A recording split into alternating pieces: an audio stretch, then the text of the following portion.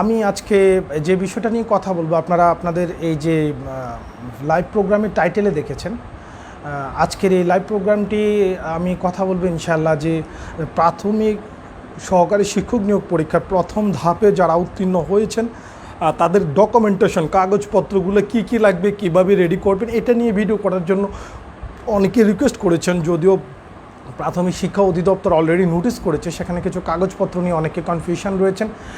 সেই কনফিউশন থেকে আমার কাছে অনেকে জানতে চেয়েছেন যে যেন এটা নিয়ে একটা ভিডিও করি। এই একটা বিষয় নিয়ে আমি ইনশাল্লাহ কথা বলবো যে প্রথম ধাপে যারা উত্তীর্ণ হয়েছেন তারা কীভাবে কী করবেন এবং তাদের ভাই বিষয়েও আমার কিছু পরামর্শ থাকবে ইনশাল্লাহ এই লাইভ প্রোগ্রামে। এবং এই আজকের এই লাইভ প্রোগ্রামের দ্বিতীয় পার্টে আমি যে বিষয়টা নিয়ে কথা বলবো সেটা হচ্ছে যে যারা দ্বিতীয় এবং তৃতীয় ধাপে প্রাথমিক সহকারী শিক্ষক নিয়োগ পরীক্ষা দিতে যাচ্ছেন তাদের এই সময় একদম শেষের দিকে এসে তাদের প্রস্তুতিটি কেমন হওয়া উচিত এবং প্রথম ধাপের প্রশ্নের সাথে তাদের কিভাবে সমন্বয় করে পড়া উচিত, এই বিষয়গুলো নিয়ে আমি কথা বলবো। তো তার আগে বলে নিতে হয়, যারা আজকের এই লাইভ প্রোগ্রামটি এই মুহূর্তে দেখছেন, কে কোন জায়গা থেকে এক মুহূর্তে লাইভ প্রোগ্রামটিতে যুক্ত হয়েছেন তারা আমাদেরকে কমেন্ট করে জানান এই মুহূর্তে ঠিক কোন জায়গা থেকে আপনি এই লাইভ প্রোগ্রামটিতে অংশগ্রহণ করেছেন, জয়েন করেছেন, একটু জানাবেন আমাদের।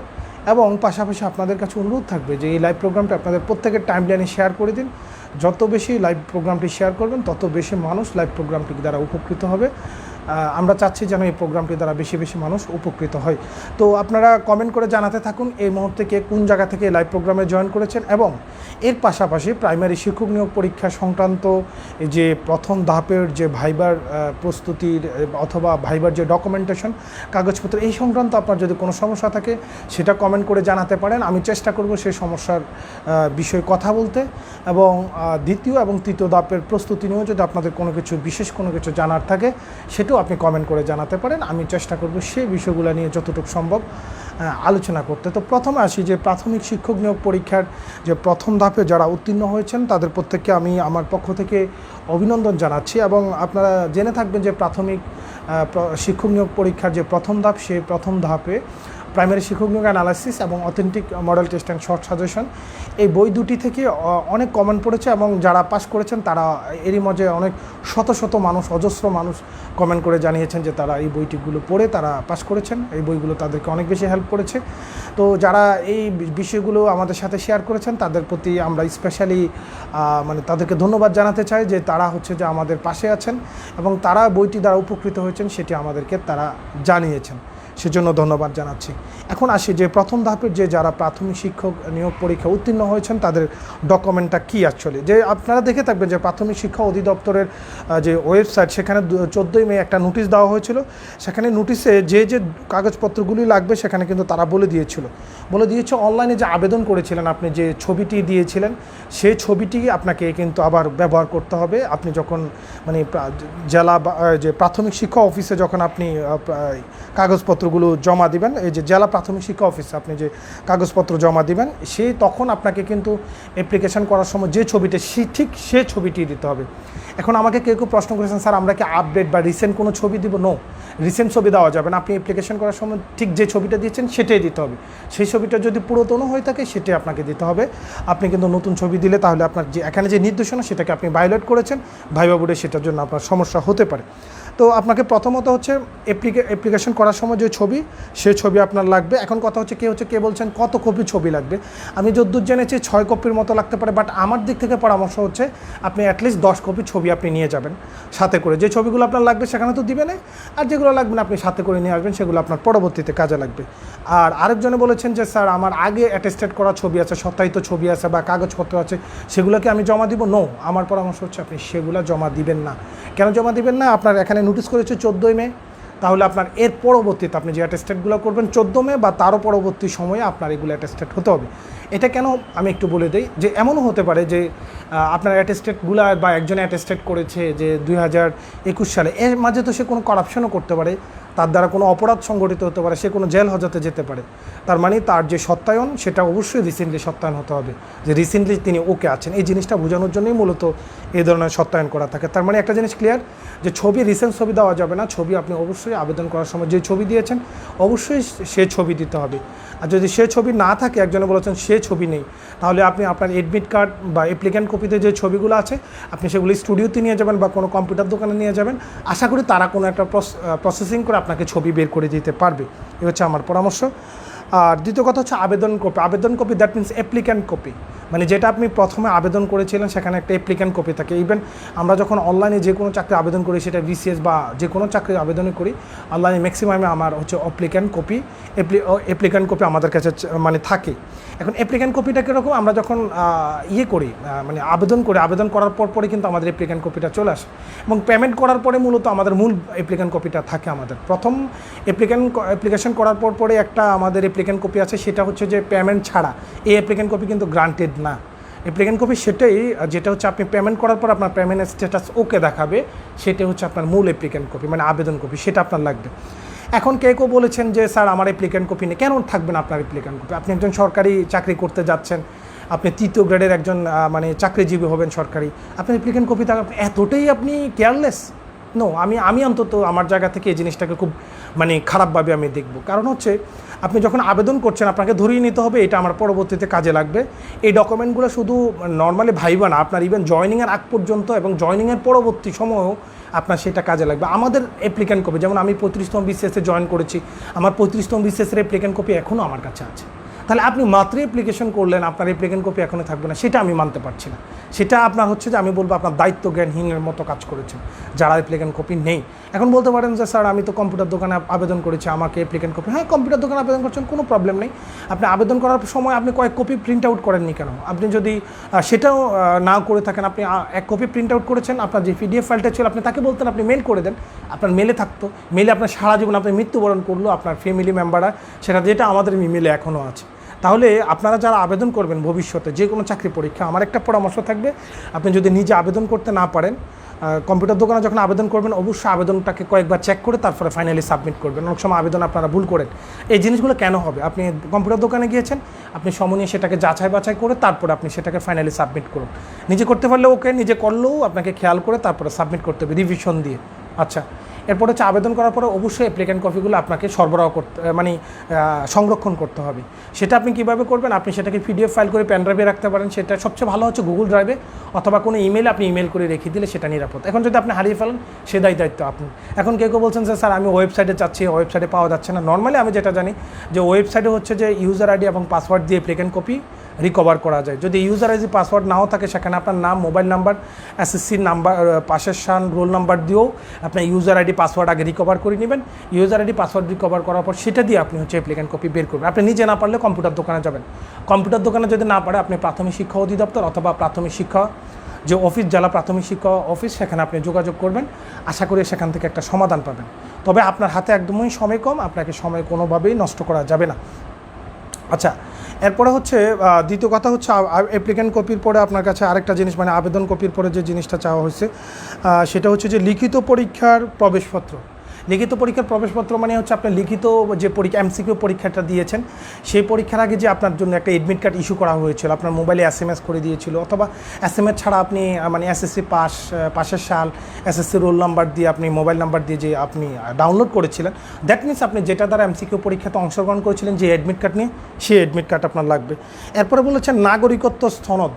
এই এখানে একটা জিনিস বোঝার আছে, নাগরিকত্ব সনদ এবং স্থায়ী ঠিকানা সপক্ষে ইউনিয়ন পরিষদের চেয়ারম্যান বা ওয়ার্ড কাউন্সিলের সনদপত্র। এখানে এই জায়গাটা নিয়ে ফেসবুকে আমি দেখেছি যে গত কয়েকদিন ধরে বেশ আলোচনা হচ্ছে, নোটিশটা করার পর থেকে 14 তারিখের পর থেকে, যে নাগরিকত্ব সনদ আর স্থায়ী ঠিকানা সপক্ষে ইউনিয়ন পরিষদের চেয়ারম্যান বা ওয়ার্ড কাউন্সিলের সনদপত্র কি একই? না, দুইটা যদিও কাছাকাছি, বাট এটা এখন এক হিসাবে দেখা যাবে না, যেহেতু আপনাকে এখানে কমা ব্যবহার করা হয়েছে, এখানে কিন্তু অবলিক বা স্ল্যাশ ব্যবহার করা হয়নি। দ্যাট মিনস আপনাকে দুইটা ডকুমেন্ট দিতে হবে।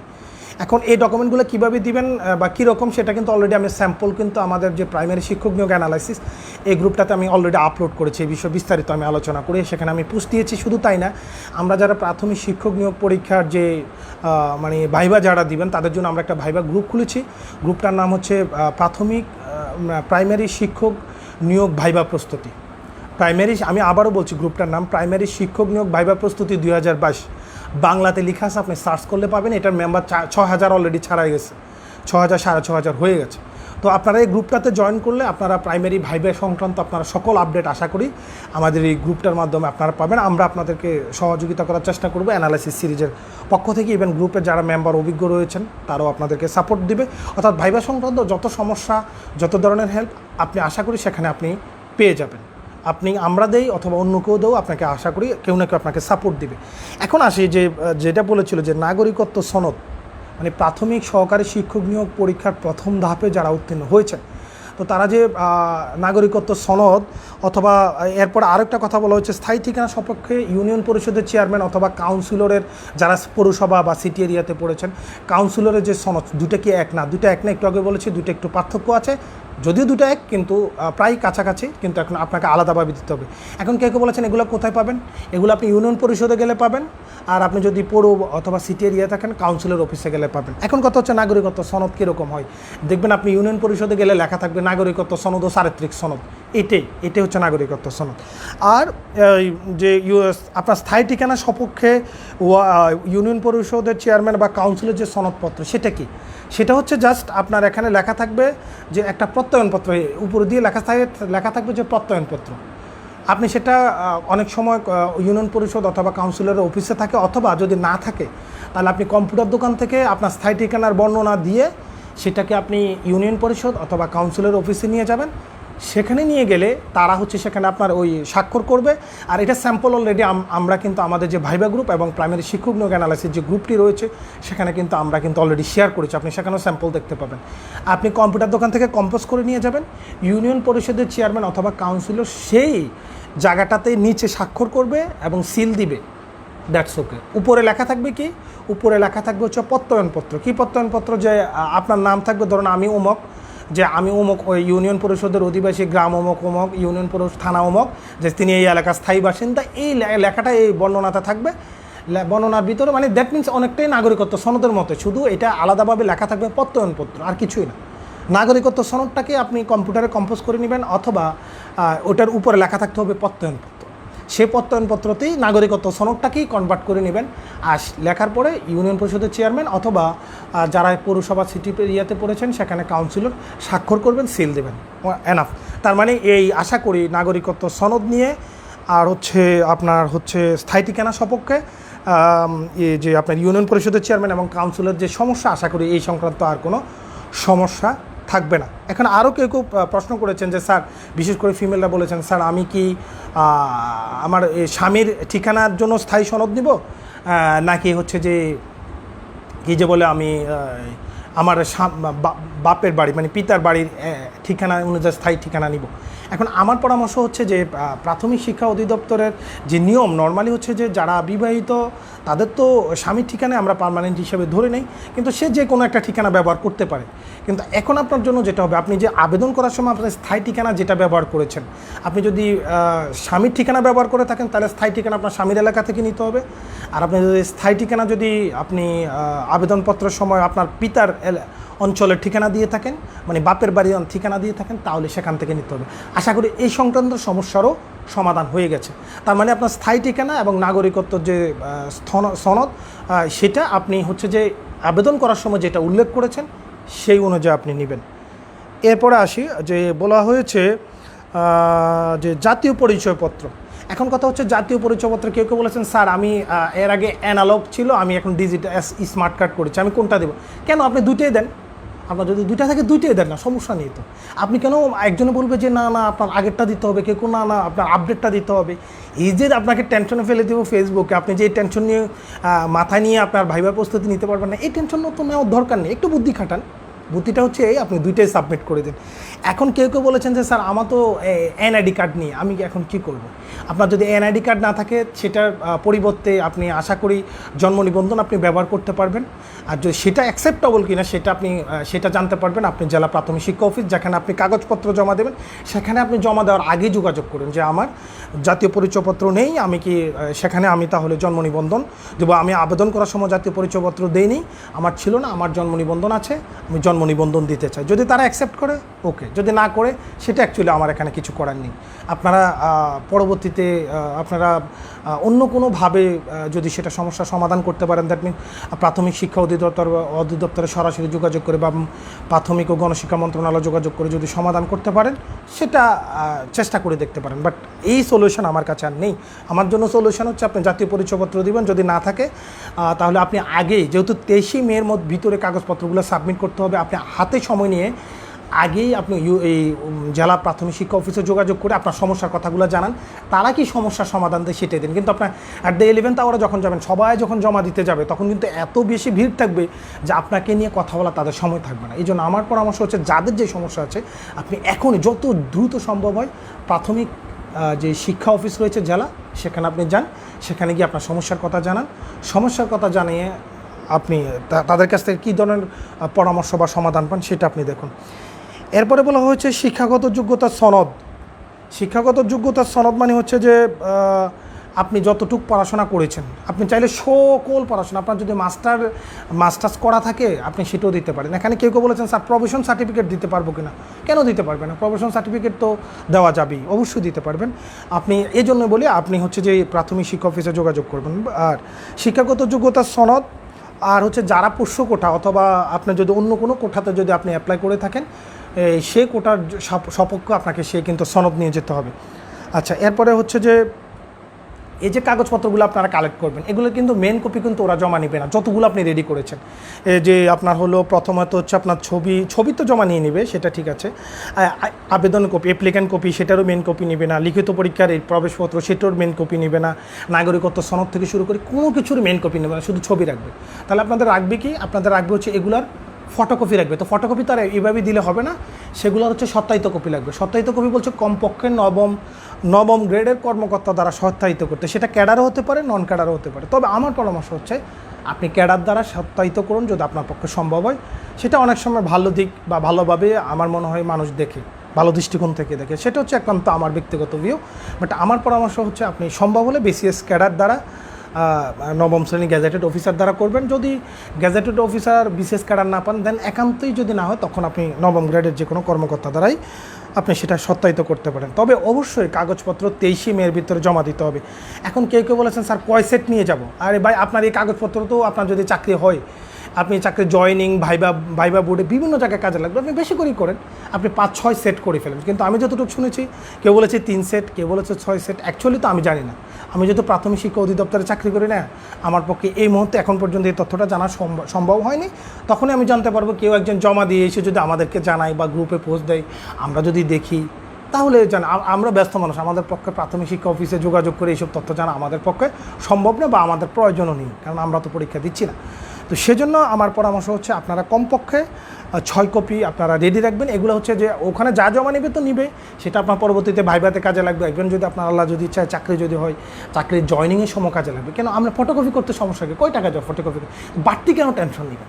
আমি এই জিনিসটাই বুঝি না, মানুষ কেন বাড়তি টেনশন নেই? মানে আপনি যে জিনিসটা ইজিলি করতে পারেন, যেটা আপনি 10 টাকা 20 টাকা খরচ করলে টেনশন ফ্রি থাকতে পারেন, সেটার জন্য আপনি কেন বাড়তি টেনশন? যে আমি ফেসবুকে অনেকে বলেছে কয় কপি লাগবে, আরে ভাই আপনার 3 কপি লাগবে, আমি ধরে নিলাম আপনি 10 কপি করে নেন। আপনি সেটা আপনার যদি চাকরি আপনার ভবিষ্যতে কাজে লাগবে, অন্তত যদি কোনো কাজও না লাগে, অন্তত টেনশন ফ্রি তো থাকতে পারবেন। আর টেনশন ফ্রিতে থাকে তো আপনি খুব ভালোভাবে প্রস্তুতি নিতে পারবেন, আপনার ভাইবা ভালো হবে। তা এই যে জিনিসগুলো সহজে সলিউশন করা যায়, এটা নিয়ে ভাবতে টেনশন নেওয়ার তো কোনো মানে হয় না। আচ্ছা, এরপরে হচ্ছে বলা হয়েছে যে প্রাথমিক জেলা শিক্ষা অফিসে সকল সনদ ও প্রয়োজনীয় কাগজপত্র মেন কপি দেখাতে হবে। অর্থাৎ আপনি যেদিন কাগজপত্র জমা দিতে যাবেন সেদিন ফটোকপি তো সত্যায়িত কপি নিবে নেই, পাশাপাশি আপনাকে মেন কপিও নিতে হবে। মেন কপি সত্যায়িত কপিগুলো অফিস জমা রাখবে, আর প্রাথমিক শিক্ষা যে অফিস, জেলা শিক্ষা অফিসার, তারা হচ্ছে আপনার মেন কপিগুলো দেখে নেবে যেদিন জমা দেবেন সেদিন। সেই জন্য অবশ্যই মেন কপিগুলো আপনাকে সাথে নিয়ে যেতে হবে। ভুলেও শুধু মেন কপি নিয়ে যাবেন, ফটোকপি নেবেন না, অথবা শুধু ফটোকপি নেবেন, মেন কপি নেবেন, এই কাজটা করবে না, তাহলে আপনাকে আবার রিটার্ন বাসায় ফিরে আসতে হবে। হ্যাঁ, আরও একটা বিষয়, কেউ কেউ বলেছেন যে স্যার এই যে কাগজপত্রগুলো যে জমা দেওয়ার কথা, সেটা কি পরীক্ষার্থী নিজেই জমা দিতে হবে? আমি তো চাকরি করি, আমি তো জমা দিতে পারবো না, তাহলে আমাকে কি করা যায়? নো, আপনাকে এখানে প্রাপ্তি শিকারের কিন্তু আপনাকে ডকুমেন্ট দেবে। আমি যতটুকু শুনেছি 3 কপি ডকুমেন্ট দেয়। আমি সত্য মিথ্যা জানি না, ফেসবুকে আমি দেখেছি, যারা যাবেন তারা হয়তো জানতে পারবেন। এই যে আপনাকে প্রাপ্তি স্বীকারের ডকুমেন্ট দিবে, আপনার ওখানে আপনি যে কাগজপত্র জমা দিয়েছেন, আপনার একটা রেজিস্টার আপনার স্বাক্ষর নেবে প্রার্থীর, যে প্রার্থী জমা দিয়েছে। সো ইভেন আমি যারা এর আগে চাকরি পেয়েছে, মানে 2019 সালে যারা ভাইভা দিয়েছিল 2018 সার্কুলারে এবং 2020-এ যারা জয়েন করেছে, দ্যাট মিন সার্কুলারটা হয়েছিল 18-তে, ভাইভা হয়েছিল 19-এ, জয়েন করেছিল 20-এ। তো আমার তো অনেক স্টুডেন্ট আছে, ইভেন যারা আমার বই পড়ে চাকরি হয়েছে তাদের অনেকেই আমার সাথে খুব যোগাযোগ আছে ফেসবুকে। তো তারা অলরেডি আমাকে জানিয়েছে যে তারা হচ্ছে যে যেতটুকু, মানে তারা বলেছে যে প্রার্থীদের নিজে গিয়ে কাগজপত্র জমা দিতে হবে, যেহেতু যে প্রার্থীর মানে প্রাপ্তি স্বীকারের একটা অংশ থাকবে, সেখানে কিন্তু আপনার স্বাক্ষর লাগবে। সো আমার পরামর্শ হচ্ছে অবশ্যই আপনি সময় নিয়ে চলে যাবেন। আর 23শে মে যেহেতু জমা দেওয়ার লাস্ট ডেট, 23শে মে কোনো ঝামেলা থাকতে পারে, পথে কোনো লেট হতে পারে, এই জন্য অবশ্যই হাতে সময় নিয়ে অন্তত 2 থেকে 3 দিন আগে জমা দেওয়া কনফার্ম করুন। হতে পারে আপনার এই কাগজপত্র, কারণ বলে দেওয়া আছে 23শে মের পরে কাগজপত্র জমা দিতে ব্যর্থ হলে অনুকূলে মৌখিক পরীক্ষার কার্ড ইস্যু করা হবে না, অর্থাৎ মৌখিক পরীক্ষার জন্য যে আপনার এডমিট কার্ড আপনাকে দিবে সেটা আর ইস্যু হবে না। আর আপনি যদি এত কষ্ট করে এতটুকু পর্যন্ত আসলেন, একটু হেলের জন্য হতে পারে আপনার হচ্ছে যে ভাইবে আপনি দিতে পারছেন। সেজন্য আমার পরামর্শ হচ্ছে আপনি হাতে পর্যাপ্ত সময় নিয়ে অবশ্যই কাগজপত্রগুলো প্রাথমিক শিক্ষা অধিদপ্তরে সাবমিট করবেন। এবং আরও একটা পরামর্শ হচ্ছে, আপনার যদি এই সংক্রান্ত কোনো প্রবলেম থাকে, আপনি প্রথমত উপজেলা প্রাথমিক শিক্ষা অফিসে যোগাযোগ করুন। সেখানে যদি আপনি কোনো সমস্যার সমাধান না হয়, তাহলে অবশ্যই আপনি জেলা প্রাথমিক শিক্ষা অফিসে যোগাযোগ করুন। এরপরে কথা হচ্ছে, যদি সেটাও সমস্যা না হয়, সমাধান না, আপনার প্রাথমিক শিক্ষা অধিদপ্তরে যদি সরাসরি যাওয়া যায় সেখানে যান, অথবা যদি সম্ভব না হয় তাদের হেল্পলাইনে কথা বলুন। তাদের নাম্বার দেওয়া আছে মিনিস্ট্রির ওয়েবসাইটে, অধিদপ্তরের ওয়েবসাইটে, প্রাথমিক গণশিক্ষা মন্ত্রণালয়ের মিনিস্ট্রির ওয়েবসাইটে বা প্রাথমিক শিক্ষা অধিদপ্তরের ওয়েবসাইটে যে নাম্বার দেওয়া আছে, আপনি সেখানে কথা বলে দেখতে পারেন আপনার সমস্যা। বাট সমস্যা নিয়ে সমাধান বসে থাকা যাবে না, অবশ্যই সেটার জন্য আপনাকে সময় দিতে হবে এবং হাতে সময় নিয়ে সমস্যার সমাধান করতে হবে। এবং দেখা গেল আপনার সমস্যা হলো আপনাকে একটা ডিরেকশন দিল, সেই ডিরেকশন বাস্তবায়নের জন্য সময় লাগবে, আপনার হাতে সময় নেই, তাহলে তো আর সেটা হলো না। তো আমার পরামর্শ হচ্ছে, আপনি যেহেতু এত কষ্ট করে এই যে পর্যন্ত এসেছেন, অবশ্যই আপনার সেটাকে মূল্যায়ন করা উচিত এবং সেটাকে মূল্যায়ন করতে গিয়ে আপনার হাতে সময় নিয়ে এই কাজগুলা করা উচিত। আচ্ছা, এরপরে বলছে যে একজন বলছেন, স্যার আমার ডিগ্রি সার্টিফিকেট এখন আসেনি, সেজন্য আমি কী করব? আপনার ডিগ্রি সার্টিফিকেট আসেনি, আপনি দ্রুত আপনার কলেজে যোগাযোগ করুন। আর যদি কলেজের সমস্যার সমাধান না হয়, তাহলে আপনাকে সরাসরি জাতীয় বিশ্ববিদ্যালয় যে গাজীপুর আছে সেখানেও কথা বলতে পারেন। ইভেন তাদের ঢাকা অফিস আছে, যে ধানমন্ডিতে Dhaka college, Dhaka teacher training কলেজের পাশেই জাতীয় বিশ্ববিদ্যালয়ের অফিস আছে, আমি যতটুকু জানি সেই অফিসেও আপনি যোগাযোগ করে দেখতে পারেন যে আপনার এই সমস্যার সমাধান আপনি কিভাবে করবেন। কথা হচ্ছে, সমস্যা নিয়ে বসে থাকা যাবে না, সমস্যা যত দ্রুত সমাধান করা যায় তত টেনশন ফ্রি থাকতে পারবেন, ততই ভাইবার জন্য ভালো প্রস্তুতি নিতে পারবেন। এইবার আসি যে ভাইবার নিয়ে একটু কথা বলি, যে ভাইবার জন্য আপনি কীভাবে প্রস্তুতি নেবেন। এই প্রাথমিক সহকারী শিক্ষক নিয়োগ পরীক্ষা 2022-এর যে ভাইবা প্রস্তুতি, সেই ভাইবা প্রস্তুতি নিয়ে সংক্ষেপে আমি কিছু কথা বলছি, যে আপনারা যারা প্রস্তুতি নেবেন সেটা কীভাবে প্রস্তুতি নেবেন। প্রথম কথা হচ্ছে, আপনি যে ভাইবা প্রস্তুতি নেবেন সেটার জন্য আপনাকে মুক্তিযুদ্ধ সম্বন্ধে খুব ভালোভাবে জানতে হবে, এবং দ্বিতীয় কথা হচ্ছে বঙ্গবন্ধু সম্পর্কে জানতে হবে। তৃতীয় নম্বর কথা হচ্ছে, আপনি যে বিষয়ের উপর ডিগ্রি বা অনার্স করেছেন, যেহেতু এখন আর এসএসসি নেই, ডিগ্রি এবং অনার্সের যে গ্রুপ বা যে বিষয় অনার্স করেছেন সেই সম্বন্ধে আপনার বেসিক নলেজ থাকতে হবে। তা এরপরে কথা হচ্ছে যে আপনার হচ্ছে যে মুক্তিযুদ্ধ ভিত্তিক কবিতা, অ্যাটলিস্ট একটা দুইটা কবিতা, তারপরে হচ্ছে ভাষা আন্দোলন ভিত্তিক একটা অথবা দুইটা কবিতা, জাতির পিতা বঙ্গবন্ধু শেখ মুজিবুর রহমানের উপর 1 থেকে 2টি কবিতা, বিশেষ করে বঙ্গবন্ধু নামে একটি কবিতা আছে, লিখেছেন যে আমি তো মনে পড়ছে না, যে যতকাল রবে পদ্মা মেঘনা যমুনা গৌরী মহমান, ততদিন রবে কীর্তিতমা শেখ মুজিবুর রহমান, এই যে কবিতাটি রয়েছে, এই কবিতাটা আপনাকে কী সংকট জানেন, ঠিক এই মতে মনে পড়ছে না। তো এই কবিতাটা আপনারা বিশেষ করে মুখস্থ করবেন, ভাষা আন্দোলন ভিত্তিক। এছাড়া নজরুলের 2টি কবিতা অবশ্যই মুখস্থ করবেন, আর রবীন্দ্রনাথের একটি রোমান্টিক এবং একটি বিরহ কবিতা মুখস্থ করবেন। এবং এই কবিতাগুলো খুব সুন্দরভাবে আপনি ইউটিউবে পাবেন, এবং পুরো কবিতা লাগে না, নর্মালি 8 থেকে 10 লাইন পর্যন্ত ভালোভাবে রপ্ত করলে আর বেশি লাগে না, কারণ অত সময় আপনাকে দিবে না যে আপনি 8-10 লাইনের পরও গিয়েও বলতে হবে। নর্মালি 4 লাইন বা 5 লাইন, আমার যতটুকু শুনেছি যে 4 লাইন পর্যন্তই যায়, তবে আপনাকে অ্যাটলিস্ট 8 থেকে 10 লাইন পর্যন্ত শিখতে হবে। আর কবিতা আবৃত্তিটা যত সুন্দরভাবে করবেন, ভাই বাবুটা আপনাকে তত পজিটিভলি দেখবে, আর সেটা আপনি ইউটিউব থেকে খুব ভালোভাবে কবিতা আবৃত্তিগুলো দেখে নেবেন। তার কবিতাগুলো কী কী আবারও বলছি, প্রথমত হচ্ছে জাতির পিতা বঙ্গবন্ধু শেখ মুজিবুর রহমানের উপর কবিতা, তারপর হচ্ছে মুক্তিযুদ্ধের উপর কবিতা, সবটি কবিতা অ্যাটলিস্ট 2টা করে শিখে নেবেন, বেশি দরকার নেই। মুক্তিযুদ্ধের পরে ভাষা আন্দোলনের উপর কবিতা নেবেন, ভাষা আন্দোলনের পরে নজরুলের 2টি কবিতা নেবেন, আর এর মাঝে বিদ্রোহী কবিতাটা অবশ্যই বিদ্রোহী কবিতাটা আপনারা 8 থেকে 10 লাইন পড়ে নেবেন নজরুলের বিদ্রোহী কবিতা আর অন্য যে কোনো একটি কবিতা।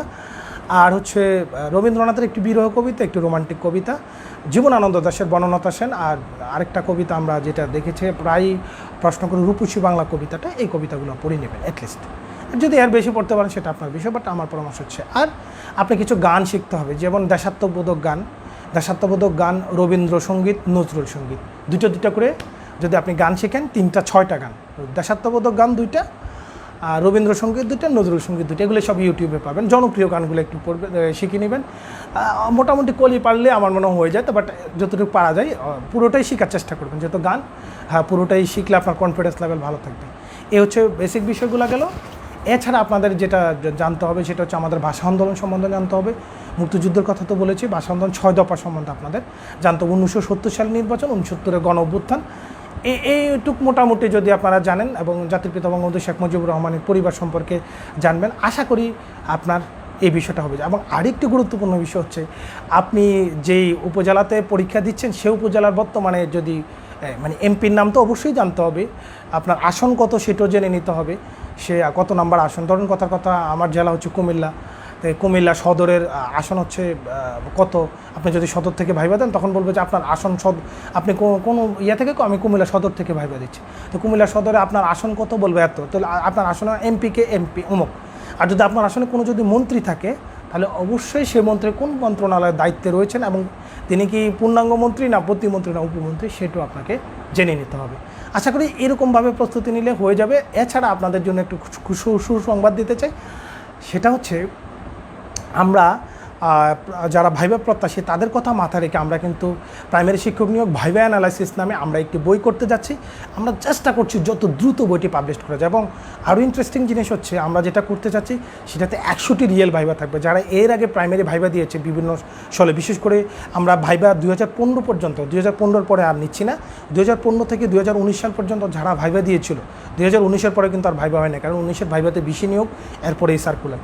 তো 2019 পর্যন্ত যারা ভাইবা দিয়েছে, 2015 থেকে 19, বেশি করে আমরা হাইলাইটস করছি 2018 এবং 19কে যারা ভাইবা দিয়েছে তাদের ভাইবাগুলো নিয়ে 100টা রিয়েল ভাইবা দিব আমরা ইনশাল্লাহ ভাইবা করতে। তখন আপনারা বুঝতে পারবেন যে ভাইবার প্যাটার্নটা কীরকম হয়।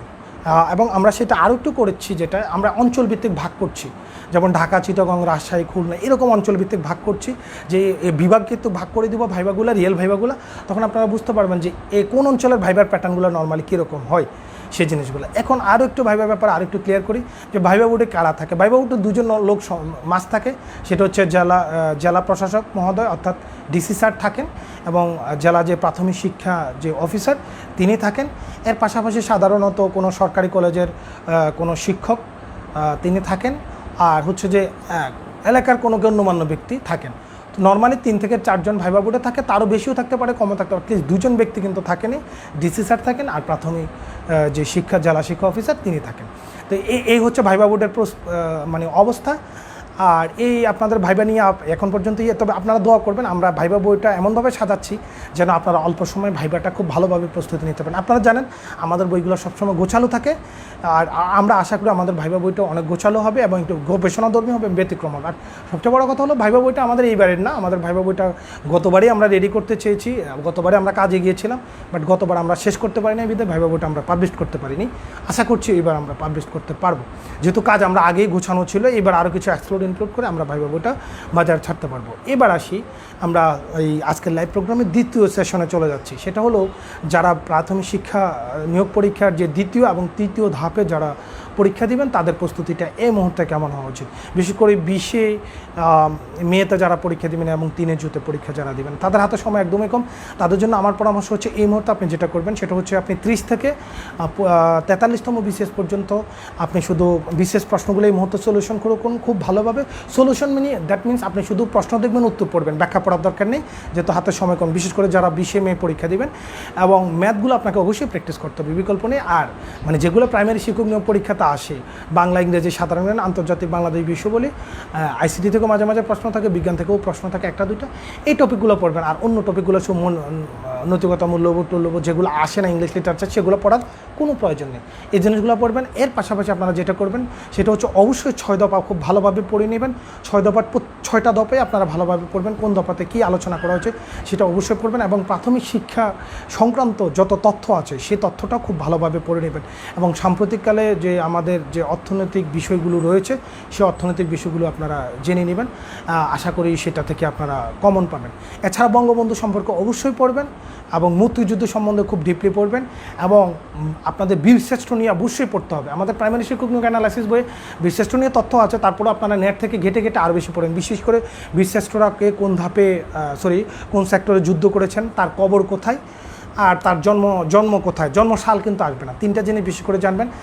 তার জন্ম কোথায় সেটা হচ্ছে বেশি ইম্পর্টেন্ট, হচ্ছে তিনি কবে মৃত্যুবরণ করেছেন, তার কবর কোথায়, কোন সেক্টরে যুদ্ধ করেছেন এটা, আর কোন জেলায় জন্মগ্রহণ করেছেন সেটা আপনারা জেনে নেবেন।